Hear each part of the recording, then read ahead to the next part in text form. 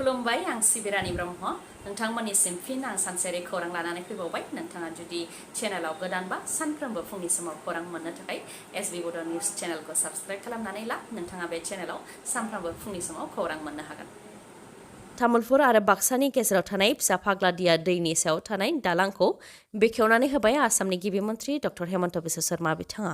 बेनि अनगायैबो बाक्सा मुसलपुराव गिबि मन्थ्रि डक्टर हेमन्त बिश्व शर्मा बिथाङा मुसलपुरनि बाथौफुरियाव जिल्ला गेलेमु स्टेडियामनि अन्थाइ खाम्फा गायसनदों, जेराव सुइमिं पुलजों लोगोसे एथलेटिक्स ट्रेक थागोन आरो बे स्टेडियामखौ 42 कौटि राङाव लुफुंनाय जागोन होननानै फोरमायथिदों डक्टर हेमन्त बिश्व शर्मा बिथाङा। स्टेडियाम लुनो थाखाय अन्थाइ खाम्फा गायसननायनिफ्राय बिथाङा फोरमायथिदों दि फैगौ 7 अक्ट'आव लाइमोनफोरनि थाखाय आसाम पुलिसाव प्राय 6,000सो पस्टनि फोसावथाय होगोन, जाहाथे लाइमोनफोरा साख्रिनि थाखाय दानिफ्रायनो थाग थियारि जानानै थायो। बेनि थाखायबो गिबि मन्थ्रि बिथाङा खावलायहरदों। आसाम पुलिसाव साख्रिनि फोसावथाय होनायनि अनगायैबो आसाम सरकारा फोरोंगिरि आरो गुबुन गुबुन बिफानाव 15,000 बा 16,000सो थिसनथाय होगोन होननानैबो फोरमायथिदों। साख्रिनि अनगायैबो 25,000 रांसिम लन थानाय आइजोफोरनो 13 अक्ट'आव एनअसि राननानै होनाय जागोन। बेनि उनाव 50,000 रां लन थानाय आइजोफोरनोबो एनअसिखौ राननानै होनाय जागोन, जाहाथे बिथांमोनहा उननि समाव गोदानै लनखौ मोननो हायो होननानै फोरमायथिदों गिबि मन्थ्रि बिथाङा। बेनि अनगायैबो फैगौ 11-12 अक्ट'आवबो गोदानै 7 लाख आइजोफोरनो अरुणोदय बिथांखिनि गेजेरजों रां होनाय जागोन। लोगोसेनो थाखो 9आव फरायनाय फरायसुलिफोरनो साइकेल राननानै होनाय जागोन आरो फैगौ 7 साननि गेजेराव बिटिआरआव 500 कौटि रां हरनाय जागोन। गुडविल प्रजेक्टनि गेजेरजों बिटिआरनि मुसलपुर, बाक्सा बायदिनि ओनसोलफोराव जाहाथे लामा सामा मोजां खालामनायनि खामानिखौ मावो, बेनि थाखाय 500 कौटि रां हरनाय जागोन होननानै फोरमायथिदों गिबि मन्थ्रि बिथाङा। लोगोसेनो फिसा फाग्ला दैनि सायाव थानाय दालांखौ बेखेवखांनायनि उनाव दानिया गेदेर फाग्ला दैनि सायाव थानाय दालांखौ लुनायनि खामानिखौबो सानसे साननैनि उननिफ्रायनो जागायजेनगोन, जाहाथे तामुलपुरनिफ्राय उदालगुरियाव थांलाय फैलाय जानायाव गाहाम जायो होननानैबो बुंथियो डक्टर हेमन्त बिश्व शर्मा बिथाङा। बेनि अनगायैबो बिटिआर गोरोबथानि बायदियै माखासे साननि उनावनो बिटिआरआव आरोबाव गामि सोसननाय जागोन, जाय बिश्वनाथ जिल्लासिम थांगोन होननानै फोरमायथिदों गिबि मन्थ्रि बिथाङा। बिथाङा फोरमायथिदों दि गोदानै गासै गं 22 गामिखौ बिटिआरआव सोगोन। बेनि थाखाय खामानिया जागासिनो दं होननानैबो फोरमायथिदों गिबि मन्थ्रि बिथाङा। लबानो पाप, गावनि आखायाव लाख लाख रां थाखानायनि उनावबो गुबुननि गरसे गरनै रांखौ लब जानानै गेदेर खैफोदाव गोग्लैदों सासे सुबुङा। नोंथाङाबो गावनि आखायाव रोजा रोजा रां बा लाख लाख रां थाखांनायनि उनावबो गुबुननि गरसे गरनै गनाय रांखौ मोननो दालुबै, नङाबा नोंथाङाबो खैफोदाव गोग्लैनो गोनां जानो हागौ। थिग बेबायदिनो रेल बिफानाव मावनाय सासे मावथिजों जादों। खामानिनि थाखाय 2 लाख रां दिहुननायनि उनाव गुबुननि गनाय रांखौ खनफुबाय थानाय समावनो 2 लाख रांखौ खोमानानै लानो गोनां जादों बिथाङा। आबुं जाथायनि सायाव रेलवे बिफाननि मावथिया फोरमायथिनाय बायदिब्ला बिथाङा गावनि खामानिनि थाखाय मरियनीनि एसबिआइ ब्रान्सनिफ्राय 2 लाख रां बख'नानै गावनि साइकेलसिम फैदोंमोन। बेनि उनाव साइकेल केरियाराव 2 लाख रां थानाय बेगखौ दोनथ'दोंमोन। बेयावनो उननिफ्राय सासे सुबुङा नोंथांनि राङा गबाय होननानै बुंहरदों। बेखौ खोनानानै हायाव नायदोंमोन, जेराव 40-50 रांसो गनानै थानायखौ गिबियाव नुनो मोननाय जादोंमोन। नाथाय बिथाङा गिबियाव रांखौ खनाखैमोन, उनाव रांखौ खनदोंमोन। बे समावनो सिखावआ बिथांनि 2 लाख रां थानाय बेगखौ साइकेलनिफ्राय लानानै खारदों। जाथायखौ लानानै पुलिस थानायाव मिथिहोनाय जाबाय होननानैबो फोरमायथिदों। सांग्रांथि होनो गोनांदि एटिएमनि सिङाव आरो बेंकनि मोखाङाव सिखावफोरा नोजोर होखाबाय थायो। सोर बेसेबां रां दिहुनदों बेनि सायाव नोजोर होखाबाय थायो सिखावफोरा। जुदि नोंथाङा गोबां रां दिहुनदोंब्ला नोंथांनि सायाव सिखावआ नोजोर होगासिनो दं। बेनिखायनो जेब्लाबो सांग्रां थानाया गाहाम आरो लामायाव रां गारनानै आरो गुबुन गुबुन आदबजों नोंथांनि रांखौ दुथांफोरा सेख'नो हागौ। बेनिखायनो रां बख'नाय समाव जेब्लाबो सांग्रां जानानै थानाया गाहाम। सा सिक्किमाव जोमै बेफ्रुसारनायजों थैनायनि सुबुं अनजिमाया बांनानै 18 जाबाय आरो 100नि गोबाङा दासिमबो गोमानानै दङ। गोमानायनि मादाव 23 इन्डियान आर्मिनि जवानफोरमोन। फोरमायथिनो गोनांदि सा सिक्किमनि लनाक लेकआव जोमै बेफ्रुसारनाय जादोंमोन, जायजों हरखाबै गोबां जुब जुब अखा हादोंमोन आरो गोबां अखा हानायजों दैबाना जानायनि थाखाय बान्दो बा सुइच गेटफोरखौ बेखेवनानै हरनायाव तिस्ता दैया गिथावना महर लादोंमोन, जायजों दासिम 18 सुबुंनि जिउ गोमानायनि रिपर्टखौ मोननाय जाबाय आरो 100नि गोबाङा दासिमबो गोमानानै दं। गोमानाय 100नि मादाव 23 इन्डियान आर्मिनि जवानफोरमोन। जेराव 23नि मादाव सासे जवानखौ रैखाबो खालामनो हानाय जाबाय आरो 22 जवानफोरखौ नागिरनायनि खामानिया जागासिनो दं होननानै मिथिहोदों।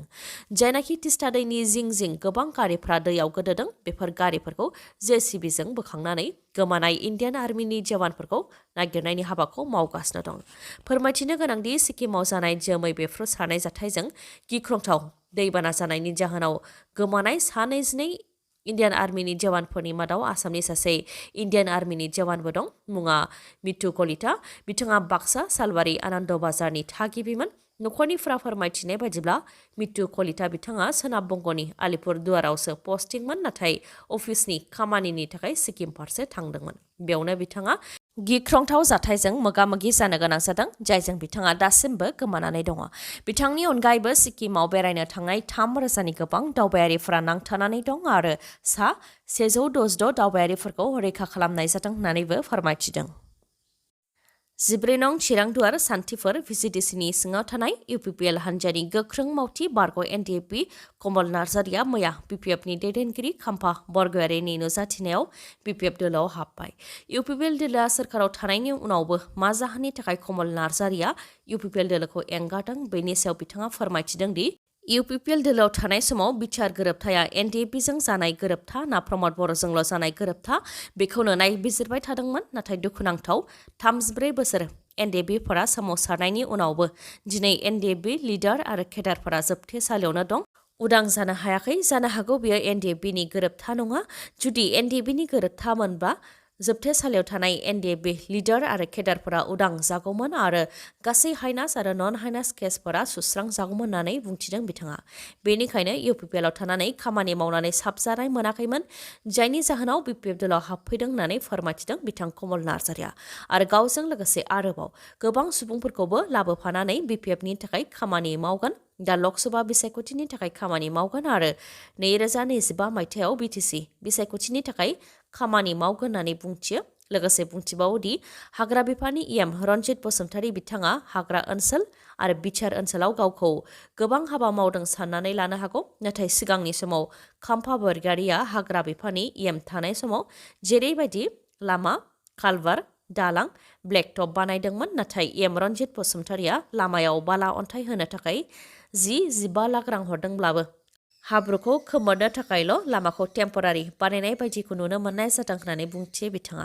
लोगोसे फोरमायथिबावदि 14 नं चिरांदुवाराव लासैनो इउपिपिएलनि रायजो राजाफ्रा गुगालांनायनि लामायाव 13 नं, 14 नं आरो 15 नङाव इउपिपिएलआ जेनगोना रोखा होननानै बुंथियो कमल नार्जारिया। बेराफारसेथिं इउपिपिएल दोलोआबो जयनिं हाबाफारि खुंगासिनो दङ। बेनि सानसे सिगांबो एबिएमसुनि बारग' आफादगिरि आशराफुल इस्लाम आरो पर्बतजरा आमसुनि बारग' नेहाथारि बिलाल हुसैना सा 50सो मददगिरिफोरखौ लानानै इउपिपिएल दोलोआव हाबफैदोंमोन। मानसि आरो मैदेरनि दावहायाव फिन थैनो गोनां जादों सासे आइजोआ। बेहेरगाव डिमाकुसियाव फिन हाग्रानि मैदेरनि उदखार। हाग्रानि मैदेरनि गाग्लोबनायजों थैनो गोनां जादों सन्जिता रसाइली मुंनि आइजोआ। डिमाकुसिनि भलाथराव हाग्रानिफ्राय फैनाय मैदेरा बुथारलांदों सन्जिता रसाइली मुंनि आइजोखौ। फोरमायथिनाय बायदिब्ला फुंनि समाव हाग्रानि मैदेरा फैनानै उदखार खालामफैदोंमोन आरो सन्जिता रसाइलीनि न'आवबो फैनानै न'खौ गाग्लोबफैदोंमोन। बेयावनो बिथाङा जिउ रैखा मोननो थाखाय बायजो फारसे न'निफ्राय खारलांदोंमोन। बे समावनो मैदेरा बिथांनि सायाव गाग्लोबदों, जायजों बिथाङा थैनो गोनां जादों होननानै फोरमायथिदों। जायनाखि हाग्रानि मैदेरनि गाग्लोबनायजों न' बां थेर-बेथेर जानायनि अनगायैबो सन्जिता रसाइली बिथांनि जिउआबो गोमाबाय। बेनिखायनो जाहाथे सोरखारा अनसुंथाइ होयो बेनि थाखाय सोरखारनिसिम खावलायहरदों नखरनिफोरा। आसामनि दाब दाब जिल्लायाव गाबोनसिम गोबां अखा हानो हागौ।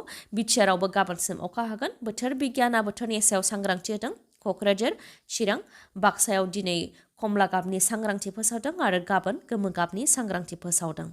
क'क्राझार जिल्ला, चिरां जिल्ला आरो बाक्सा जिल्लानि माखासे जायगाफ्राव दिनैनि सानाव जोबोद गोबां अखा हानो हागौ आरो गाबोननि सानावबो गोबां अखा हानो हागौ। उदालगुरि जिल्लायाव दिनै गोमो गाबनि सांग्रांथि फोसावदों। माखासे जायगायाव दिनैनि सानाव गोबां अखा हानो हागौ।